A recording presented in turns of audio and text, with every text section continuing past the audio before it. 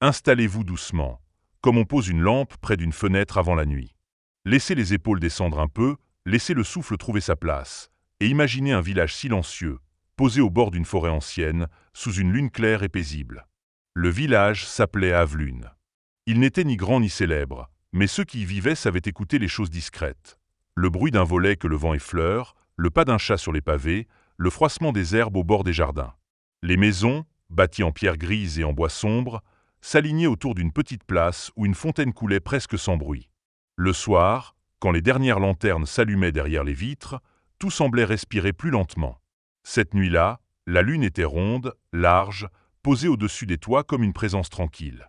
Sa lumière argentée glissait sur les tuiles, descendait le long des murs, se déposait sur les chemins de terre et faisait briller les fleurs blanches qui poussaient près des seuils. Au loin, la forêt se tenait immobile. On entendait parfois le vent doux passer entre les branches, puis le murmure régulier de la rivière d'Avel, qui longeait le village avant de disparaître sous les arbres. Dans une petite maison proche de la place, Élian rangeait son atelier. Il était relieur de livres. Ses journées se passaient entre les feuilles anciennes, les couvertures abîmées, les fils de lin, l'odeur du papier et de la colle tiède. Il aimait ce métier parce qu'il demandait de la patience. Chaque livre blessé revenait peu à peu à lui-même sous ses mains calmes. Pourtant, depuis quelques semaines, Élian sentait en lui une fatigue douce et persistante. Ce n'était pas une tristesse lourde. C'était plutôt une brume intérieure, un léger voile posé sur ses pensées. Il avait terminé tard un vieux recueil aux pages jaunies. Il passa les doigts sur la couverture réparée, souffla la petite poussière restée sur la table, puis ouvrit la fenêtre. L'air de la nuit entra sans bruit, frais, presque tendre. Avec lui arriva le chant très bas de la rivière, mêlé aux grillons cachés dans les herbes. Élian ferma les yeux quelques instants. Le monde semblait lui demander de ne plus rien faire, de ne plus chercher, de seulement écouter. Quand il rouvrit les yeux, il vit la lumière de la lune posée sur le sol de son atelier. Elle formait une ligne pâle, comme un chemin minuscule venu jusqu'à ses pieds. Élian resta debout près de la fenêtre, sans hâte. Dehors, le village dormait déjà. Une dernière lanterne brillait pourtant sous l'auvent de la maison voisine, celle de Mara. La vieille femme habitait là depuis toujours, ou du moins depuis si longtemps que personne ne se souvenait d'Avlune sans elle. On disait qu'elle connaissait les sentiers oubliés de la forêt, les noms des sources, et les nuits où la lune révélait ce que le jour gardait invisible. Comme s'il avait répondu à une invitation silencieuse, Élian sortit de son atelier. La porte se referma doucement derrière lui. Ses pas sur les pavés étaient si légers qu'ils semblaient appartenir à la nuit elle-même. L'air sentait la pierre fraîche, les feuilles humides et les fleurs nocturnes. Au-dessus des toits, les étoiles tremblaient à peine. Mara était assise devant sa maison, enveloppée dans un châle gris. Une tasse fumante reposait entre ses mains. Elle ne parut pas surprise de voir Élian. « Tu as entendu la rivière plus clairement ce soir », dit-elle simplement. Élian s'arrêta près de la petite barrière de bois. Il sourit avec douceur, un peu étonné, mais sans chercher d'explication. « Oui », répondit-il. « Elle semble plus proche que d'habitude. » Mara leva les yeux vers la lune. Sa voix resta basse, presque mêlée au vent. Quand la fatigue devient légère mais tenace, le chemin peut apparaître. Pas à ceux qui veulent forcer le passage. Pas à ceux qui courent après une réponse. Il se montre à ceux qui acceptent de marcher lentement. Élian suivit son regard vers la forêt. Entre deux maisons, au bout de la ruelle, on voyait la lisière comme une grande ombre douce. La lune éclairait les hautes herbes, et quelques pierres blanches semblaient luire au bord du vieux chemin. « Le chemin qui n'apparaît qu'au clair de lune ?» demanda-t-il. Mara hocha lentement la tête. « Il commence près du saule, là où la rivière devient plus silencieuse. Il ne conduit pas loin pour les pieds, mais il conduit doucement pour l'esprit. Si tu le suis, ne cherche pas à comprendre trop vite. Écoute l'eau, regarde la lumière sur la mousse, et laisse la forêt ralentir ce qui pense trop fort en toi. » Élian ne répondit pas tout de suite. Les paroles de Mara ressemblaient à une couverture posée sur les épaules. Il sentit son souffle descendre plus bas dans sa poitrine. Le vent passa dans la rue avec une délicatesse presque humaine. Il remercia Mara d'un signe de tête. Elle lui sourit comme si tout était déjà simple, puis reporta son attention vers la vapeur de sa tasse. Élian se tourna vers la ruelle. La lumière de la lune y formait une traînée claire entre les pavés, puis s'étirait vers les champs calmes. Il marcha sans se presser, quittant les maisons endormies, longeant les jardins où la rosée commençait à briller, tandis que le murmure de la rivière devenait, pas après pas, plus distinct dans l'air frais. Dans l'air frais, comme si la nuit elle-même l'invitait à avancer plus lentement. Élian descendit la ruelle qui quittait le cœur du village. Les dernières maisons se faisaient plus espacées, séparées par de petits jardins clos où les herbes hautes luisaient sous la rosée. Certaines fenêtres gardaient une faible lueur, mais la plupart étaient déjà sombres, paisibles, comme des paupières fermées. Rien ne pressait. Même les ombres semblaient immobiles, posées au pied des murs, adoucies par le clair de lune. À mesure qu'il s'éloignait de la place, le bruit de la fontaine disparaissait derrière lui, remplacé par celui de la rivière d'Avel. Ce n'était pas un bruit fort. Plutôt un murmure continu, une présence basse et régulière, comme une respiration qui aurait traversé les pierres, les racines et les herbes. Élian l'écoutait sans chercher à en tirer un sens. Il marchait simplement, les mains détendues, le regard posé devant lui. Le chemin de terre commençait après les derniers jardins. Il serpentait entre deux champs endormis, puis descendait doucement vers la lisière. Là, un vieux saule penchait ses branches au-dessus de l'eau. Ses longues feuilles fines tremblaient à peine dans le vent léger, et la lune les faisait briller comme des fils d'argent. Élian reconnut l'endroit dont Mara avait parlé. Le saule semblait attendre, non pas comme une porte fermée, mais comme une présence tranquille. Son tronc large portait les marques du temps, des courbes profondes, des nœuds sombres, des rides de bois où l'humidité brillait doucement. À ses pieds, la rivière coulait plus lentement. L'eau passait entre des pierres rondes, presque blanches, et chaque petit remous captait un éclat de lune avant de le laisser partir. Élian s'arrêta près de l'arbre. Il ne sentit aucune inquiétude, seulement une attention plus fine. Le village derrière lui était devenu très silencieux. Devant, la forêt s'étendait en une grande masse sombre, mais son obscurité n'avait rien de menaçant. Elle ressemblait plutôt à une couverture profonde, étendue sur la terre pour la protéger du bruit du jour. Il respira lentement. L'air sentait la mousse humide, l'écorce fraîche et les fleurs sauvages cachées dans l'herbe. Quelque part, un grillon chantait avec patience. Les feuilles du saule bougeaient doucement au-dessus de lui, et ce mouvement très simple semblait accorder son souffle à celui de la nuit. Alors, au pied du saule, entre deux racines couvertes de mousse, une ligne pâle apparut. Ce n'était pas un sentier au sens ordinaire. Le jour, Élian serait sans doute passé devant sans rien voir. Mais sous la lune, de petites pierres claires se révélaient une à une, presque invisibles d'abord, puis plus nettes quand son regard se posait sur elles. Elles formaient une courbe légère vers la forêt, comme si la lumière avait choisi elle-même l'endroit où se déposer. Élian fit un premier pas. La mousse sous sa chaussure était souple et silencieuse.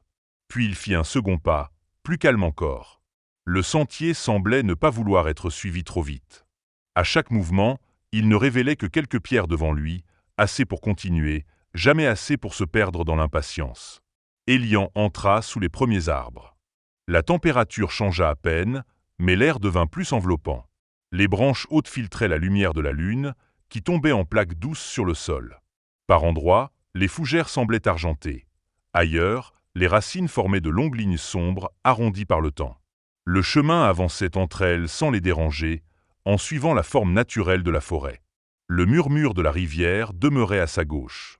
Tantôt proche, tantôt un peu plus lointain, il accompagnait chacun de ses pas. Élian remarqua que plus il écoutait, moins ses pensées se pressaient. Ce qui, dans son esprit, avait été serré pendant la journée se détendait doucement. Il ne cherchait plus à nommer sa fatigue. Il n'essayait plus de la repousser. Elle marchait avec lui, mais elle devenait moins lourde, comme une brume que la lune éclairait de l'intérieur. Une feuille tomba lentement devant lui. Elle tourna une fois dans l'air, sans bruit, puis se posa sur une pierre blanche. Élian sourit presque sans s'en rendre compte. Tout ici semblait avoir le temps. Le vent passait dans les branches avec une lenteur attentive. Les grillons chantaient plus loin, espacés, discrets. Même la rivière, entre les troncs, paraissait couler pour apaiser la nuit plutôt que pour rejoindre un ailleurs. Le sentier tourna légèrement vers la droite. À cet instant, entre deux bouleaux, Élian aperçut une forme claire. Elle était immobile, fine, presque irréelle dans la lumière bleutée. Une biche blanche se tenait au bord d'un bouquet de fougères.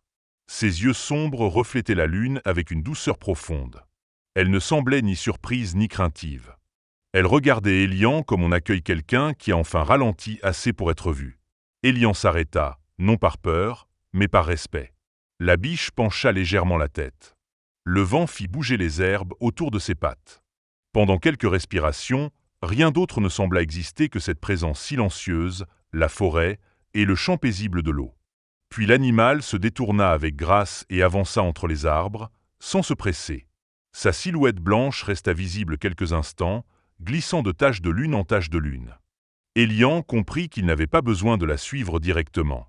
Pourtant, les pierres du chemin s'éclairèrent dans la même direction. Il reprit sa marche. Sous ses pas, le sol devenait plus doux. La mousse gardait l'humidité de la nuit, et l'odeur des fougères montait lentement autour de lui. Les troncs semblaient plus anciens ici, plus espacés aussi, comme si la forêt ouvrait un passage pour laisser respirer ceux qui venaient en paix. Chaque pierre blanche apparaissait seulement quand il approchait, puis s'effaçait derrière lui dans l'ombre. Élian leva les yeux. À travers les branches, la lune suivait sa progression, ronde et tranquille. Sa lumière glissait sur les feuilles, tombait sur les racines, dessinait devant lui une trace fragile. La rivière murmurait toujours à gauche, plus basse maintenant, plus profonde, et Élian continua d'avancer dans ce mélange de clarté, de mousse et de silence, suivant les reflets lunaires qui s'étiraient entre les arbres pendant que la forêt s'ouvrait peu à peu devant lui. Non comme un lieu à traverser, mais comme une présence qui l'enveloppait avec douceur. Élian suivait les reflets lunaires sans se presser. Le sentier se dessinait maintenant entre des arbres plus anciens, dont les troncs larges montaient très haut avant de se perdre dans l'ombre légère des feuillages. La lune, parfois cachée par les branches, réapparaissait en fragments pâles sur la mousse, sur les pierres blanches, sur les fougères immobiles. Il avait l'impression d'entrer dans une partie de la forêt où le temps avançait autrement. Le village n'était pas loin, pourtant il semblait appartenir à un monde plus bruyant, plus chargé, comme un souvenir posé derrière un voile. Ici, chaque son avait sa place. Le vent passait lentement dans les feuilles. La rivière murmurait toujours à gauche, plus profonde qu'auparavant. Par moments, une goutte tombait d'une branche et rejoignait la terre avec un bruit si léger qu'il fallait presque l'imaginer. Le chemin descendit légèrement. Les racines devinrent plus nombreuses. Elles sortaient de la terre comme de longues mains paisibles, couvertes de mousse, arrondies par les années, entrelacées sans jamais barrer complètement le passage. Élian posa le pied avec attention. Il ne devait pas avancer vite, et cela lui convenait. Chaque pas demandait seulement d'être présent, de sentir le sol, de regarder où la lumière se déposait. La biche blanche n'était plus visible, mais sa présence semblait rester dans l'air.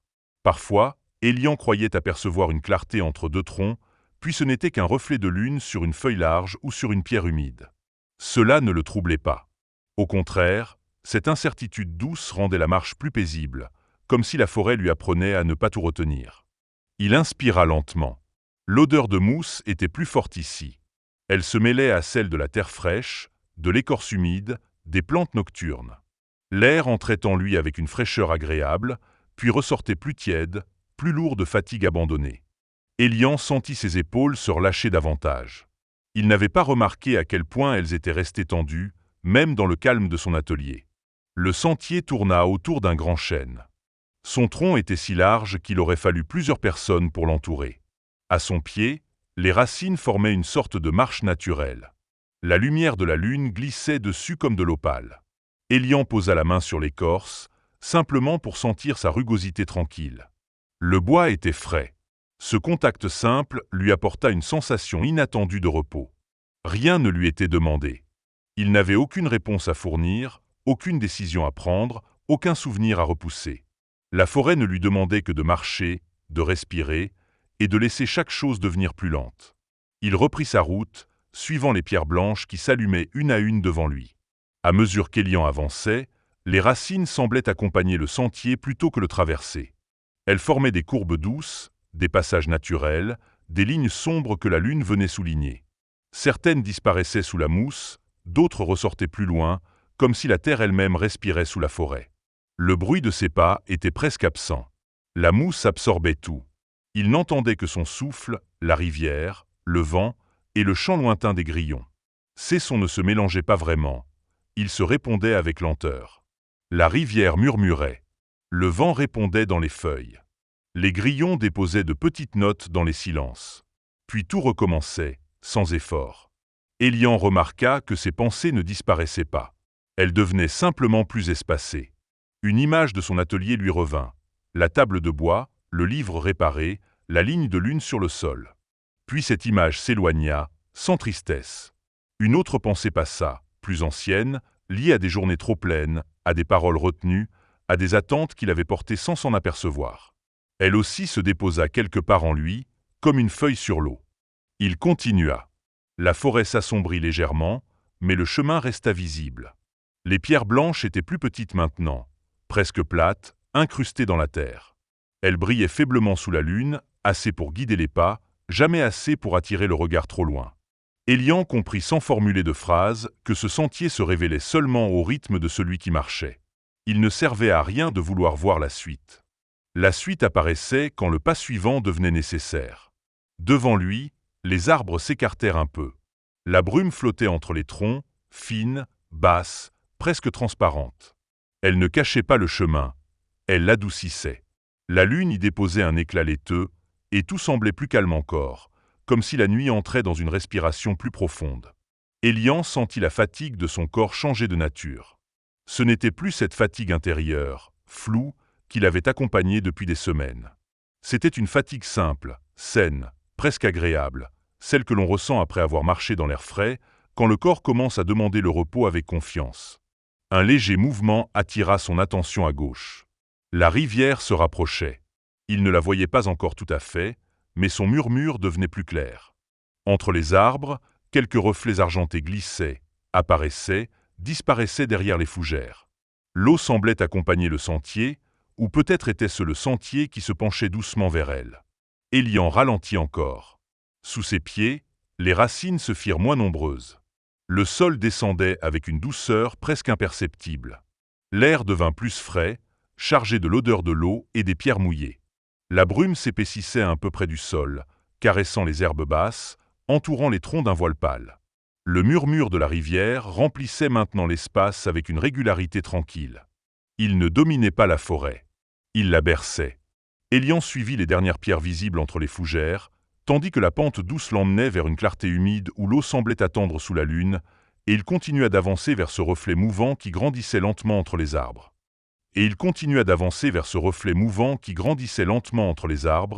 Jusqu'à ce que la rivière apparaisse enfin devant lui. Elle coulait là, large sans être profonde, paisible comme une pensée devenue claire. La lune s'y reflétait en longues traînées argentées, brisées doucement par le courant.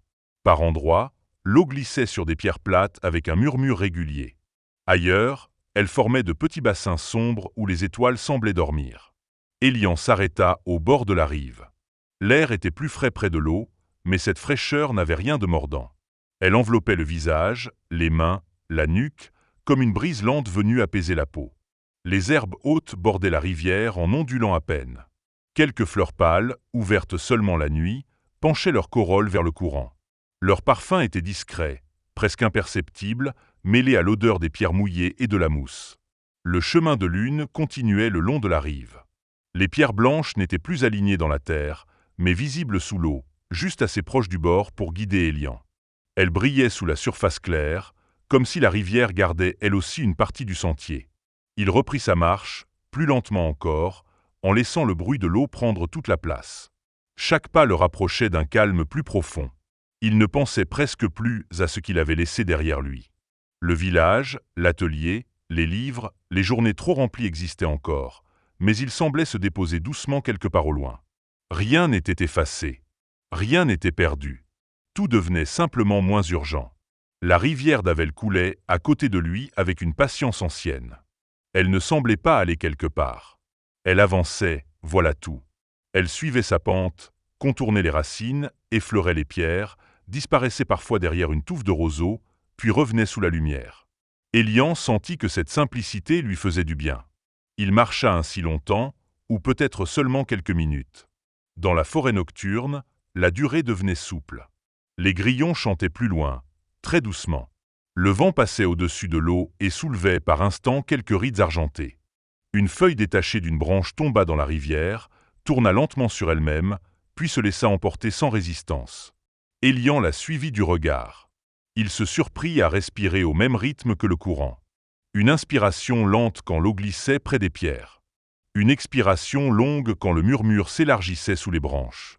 Son corps semblait comprendre avant lui que ce chemin n'exigeait rien d'autre que cette présence tranquille. Alors, de l'autre côté de la rive, entre les trompales des bouleaux, une forme blanche apparut. La biche était là. Elle se tenait dans une zone de brume légère, au bord de l'eau, immobile et calme. La lune dessinait sur son pelage une clarté douce, presque bleutée. Ses oreilles frémissaient à peine, attentives au son de la nuit. Elle regardait Élian sans peur, sans insistance, comme si elle veillait simplement à ce qu'il continue au bon rythme. Élian ralentit encore, jusqu'à marcher presque sans bruit. La biche fit quelques pas le long de l'autre rive. Elle ne cherchait pas à l'attirer brusquement. Elle avançait, s'arrêtait, écoutait l'eau, puis avançait de nouveau. Élian suivit naturellement, gardant la rivière entre eux. Cette distance était paisible. Elle donnait à leur marche une douceur silencieuse, comme si chacun accompagnait l'autre sans rien demander. La forêt semblait plus ouverte près de la rivière. Les arbres se penchaient au-dessus de l'eau, mais leurs branches laissaient passer la lune. La brume, fine et basse, glissait autour des troncs. Elle ne cachait pas le monde, elle le rendait plus tendre. Les pierres humides luisaient sur la rive. Les fougères, immobiles, retenaient de petites gouttes qui brillaient comme des perles. Élian sentit remonter en lui quelques souvenirs, mais ils ne venaient plus avec leur poids habituel. Il revit certaines soirées où il était resté tard dans son atelier, persuadé qu'il fallait finir encore une tâche, réparer encore une couverture, répondre encore à une attente. Il revit son propre visage reflété dans la vitre sombre, souvent trop sérieux, trop retenu. Puis le murmure de la rivière passa sur ces images. Elles ne disparurent pas. Elles devinrent plus douces.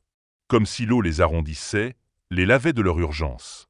Élian comprit qu'il n'avait pas besoin de se reprocher sa fatigue. Elle n'était pas un défaut. Elle était seulement un signe. Un appel calme vers un rythme plus juste. Il continua de marcher. À un moment, la biche s'arrêta devant un passage où la rivière se rétrécissait. Devant Élian, sur sa propre rive, le sentier quittait doucement le bord de l'eau pour rejoindre un petit pont de pierre. Il était presque caché par la brume. Ses arches basses se reflétaient dans le courant, et quelques touffes de mousse poussaient entre ces pierres anciennes. Élian distingua à peine son autre extrémité. La lune y déposait une lumière plus pâle, plus diffuse, comme si le pont conduisait vers une partie encore plus silencieuse de la forêt. La biche blanche leva la tête. Pendant un instant, son regard croisa celui d'Élian. Rien ne fut dit. Il n'y avait rien à expliquer. La rivière chantait doucement sous le pont, le vent faisait frissonner les feuilles au-dessus de l'eau, et la brume glissait lentement autour des pierres. Élian posa un pied sur la première dalle. La pierre était fraîche, stable, couverte par endroits d'une mousse fine. Sous lui, l'eau passait avec un son plus creux, plus enveloppant. Chaque pas sur le pont semblait ralentir encore le monde. Le village était loin maintenant, non pas par la distance, mais parce que son agitation intérieure s'était presque entièrement déposée derrière lui. Il avança sur les dalles anciennes, guidé par la lumière blanche qui flottait devant ses pieds, tandis que la brume montait doucement autour du pont et que le murmure de la rivière l'accompagnait dans cette traversée lente, vers l'autre rive où les arbres semblaient respirer plus bas, plus profondément, dans le silence argenté. Dans le silence argenté, tandis qu'Élian avançait sur le pont sans presser son pas. La brume montait de la rivière avec une lenteur presque vivante. Elle ne cachait pas les pierres sous ses pieds, mais elle adoucissait leurs contours, effaçait les angles, rendait chaque chose plus paisible. Les dalles anciennes étaient irrégulières, usées par des saisons innombrables, couvertes ici et là d'une mousse fine et fraîche. Élian posait les pieds avec attention, comme s'il suivait non seulement un passage de pierre, mais une respiration. Sous le pont, l'eau de la rivière d'Avel coulait plus doucement encore. Son murmure devenait rond, enveloppant, légèrement plus profond entre les arches basses. Le son montait jusqu'à lui, se mêlait au souffle du vent dans les feuilles, puis se dissolvait dans la nuit. Aucun bruit ne dominait. Tout accompagnait. La biche blanche était passée de l'autre côté. Élian la distinguait à peine à travers le voile pâle. Sa silhouette semblait attendre près d'un bouleau, immobile, douce, presque faite de lune. Elle ne l'appelait pas. Elle ne le pressait pas. Elle restait là, présence tranquille, comme une promesse que le chemin continuait. Au milieu du pont, Élian s'arrêta quelques instants, non pour réfléchir, mais parce que son corps ralentissait naturellement. Il posa une main sur le parapet bas. La pierre était froide, lisse par endroits, rugueuse à d'autres. De petites gouttes de brume s'y étaient déposées, et lorsqu'il passa les doigts dessus, elles glissèrent doucement, comme de minuscules perles d'eau. Il baissa les yeux vers la rivière. La lune tremblait à la surface, divisée en 1000 éclats souples par le courant. Élian regarda ses reflets sans chercher à les fixer. Chaque fragment apparaissait, disparaissait, revenait autrement. Il sentit alors que ses pensées faisaient de même. Elles venaient encore, mais sans s'accrocher. Un visage, une phrase, une tâche oubliée, une inquiétude ancienne passaient doucement dans son esprit, puis le murmure de l'eau les emportait plus loin. Il n'avait plus besoin de les retenir. La fatigue qu'il portait depuis des semaines se transformait peu à peu en quelque chose de plus simple. Elle descendait dans ses jambes, dans ses épaules, dans ses mains. Elle quittait le centre de son esprit pour devenir une fatigue calme, presque tendre, celle qui prépare au repos plutôt que celle qui empêche de dormir. Le vent fit bouger la brume autour de lui. Elle s'ouvrit légèrement, révélant l'autre rive. Élian reprit sa marche. À chaque pas, le pont semblait devenir plus silencieux. La pierre ne résonnait presque pas. Ses chaussures effleuraient la mousse, et le monde paraissait s'accorder à cette lenteur. Lorsqu'il atteignit l'autre côté, la biche blanche se détourna avec grâce et s'engagea entre les arbres, laissant derrière elle une trace fragile dans les herbes humides. Élian suivit cette direction, tandis que le chemin de lune réapparaissait devant lui, plus pâle, plus doux, comme s'il avait traversé l'eau avec lui. Sur cette rive, la forêt semblait différente sans être étrangère. Les arbres étaient plus espacés. Le sol montait légèrement, couvert d'une mousse claire et de petites plantes dont les feuilles retenaient la lumière. La brume restait basse, glissant autour des chevilles d'Élian, puis se dispersant entre les racines comme une eau silencieuse. Le murmure de la rivière s'éloignait derrière lui, mais il ne disparaissait pas. Il demeurait dans l'air, plus discret, comme un souvenir apaisant. Les grillons, eux, chantaient par intervalles dans les herbes. Le vent passait plus haut, lent et régulier, faisant onduler les branches avec un froissement doux. Élian suivit les pierres blanches qui montaient vers une pente légère. Elles étaient plus espacées maintenant. Entre elles poussaient des fleurs qu'il n'avait jamais vues près du village. Leurs pétales étaient fermés d'abord, semblables à de petites lanternes pâles. Puis, lorsque la lumière de la lune les touchait pleinement, elles s'ouvraient avec lenteur, sans bruit, dévoilant un cœur argenté. Un parfum très fin s'éleva autour de lui. Il rappelait à la fois le miel clair, l'herbe fraîche et la pluie sur la pierre. Ce n'était pas un parfum fort. Il venait par vagues douces, presque imperceptibles, assez pour inviter à respirer plus profondément. Élian sentit l'air entrer en lui, descendre lentement, puis ressortir comme si chaque expiration déposait un peu plus de poids derrière lui. Il continua de monter.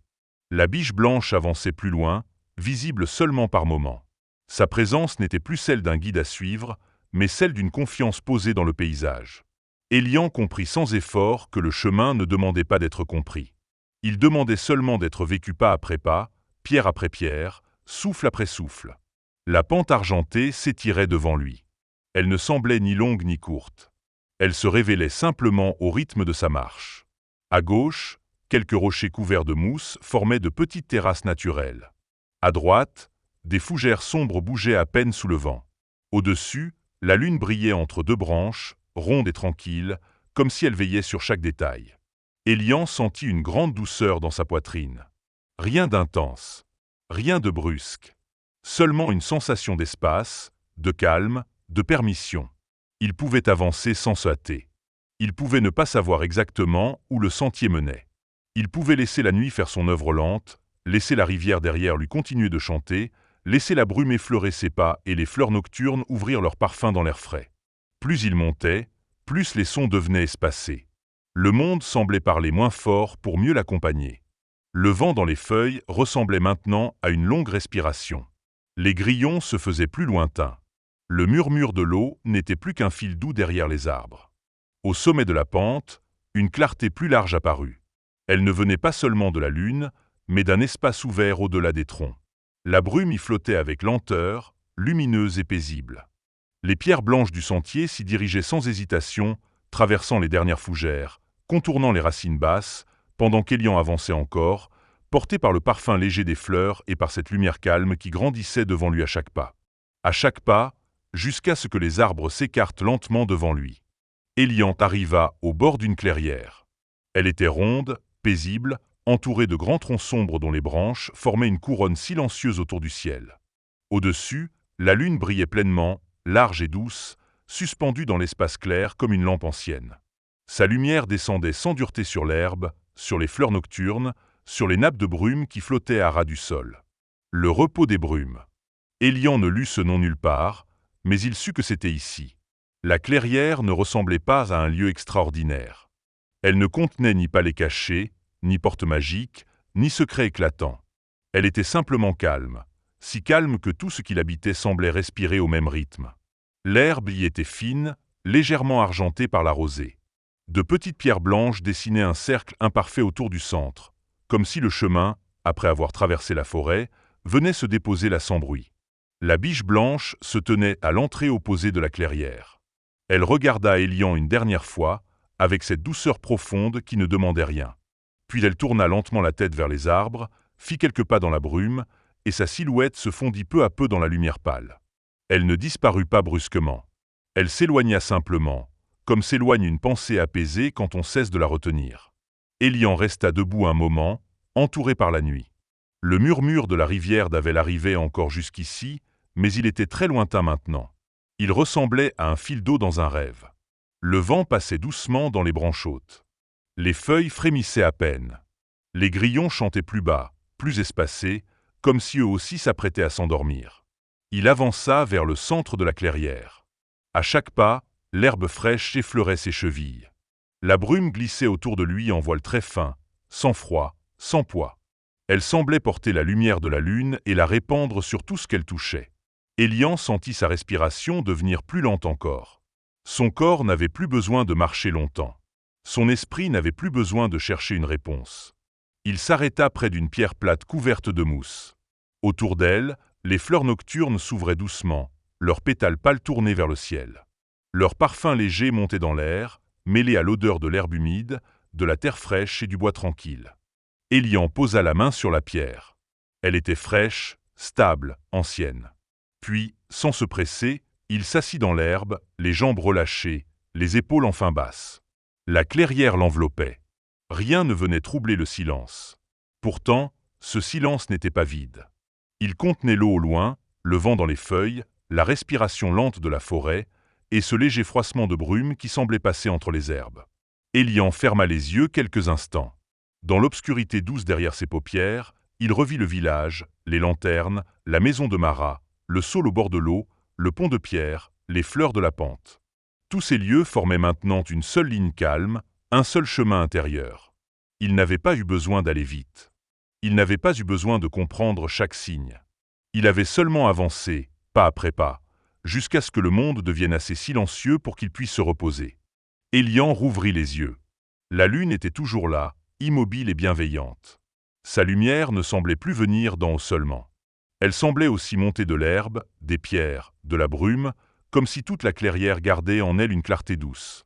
Élian sentit alors que sa fatigue n'était plus une brume confuse dans son esprit.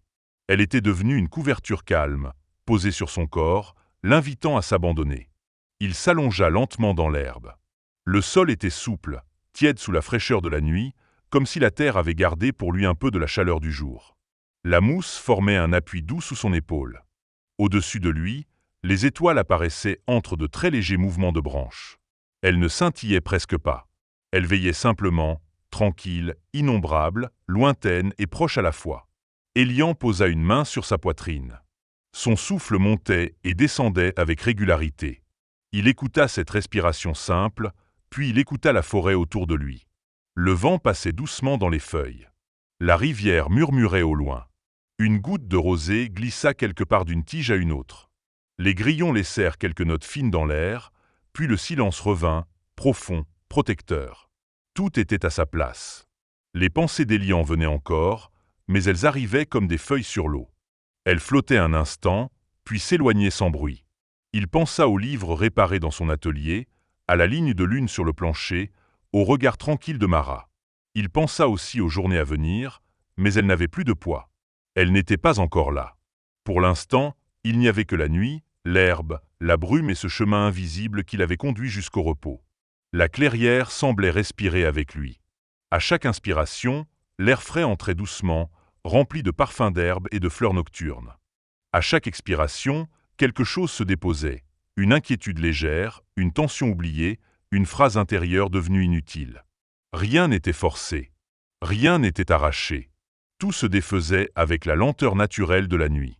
La brume passa près de lui, très basse. Elle effleura l'herbe autour de son corps, puis continua vers les pierres blanches. Sous la lune, ces pierres semblaient moins brillantes qu'au début, comme si le chemin avait accompli sa tâche. Il n'avait plus besoin d'appeler Élian plus loin.